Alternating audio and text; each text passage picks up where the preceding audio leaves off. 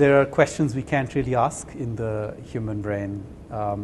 You can ask in the mouse brain or in non-human animal models which are studied. And these questions, to the extent that the brains are homologous, that you can draw the connections between the two, are critical questions.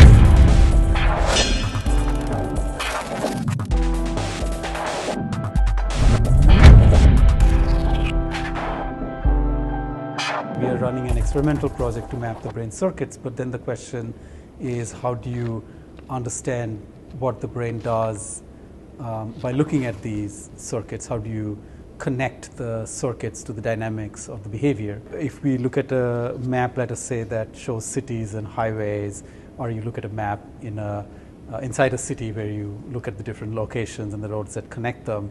So you could think of the brain map in a little bit of a similar way, where there are places in the brain and one wants to know what is going on in those places.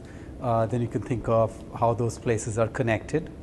So that's a little bit like the highways. You could think of this at multiple scales, just like you could look at a road map and look at just at the highways, or you could zoom down into the city and look at the city blocks. So similarly in the brain, there are divisions of the brain into large parts and large scale connections between them, or you can zoom in and find the finer grained detail.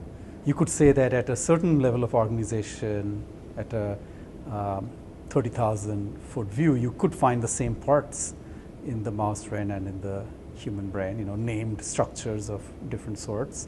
But then when you look more closely, you'll see differences. For example, the mouse cortex is much smaller with respect to the whole brain volume than, let us say, the human. NSF-funded research asks those questions about networks. How does the dynamics that you see in a network relate to its structure, to its connectivity patterns? In particular, when you get large networks with many degrees of freedom, with many variables, with many nodes, are there simplicities that emerge? In physics, for example, when you get many variables, if you have two variables, it's more complicated than having one variable. But if you have a million variables, then some things become surprisingly simpler.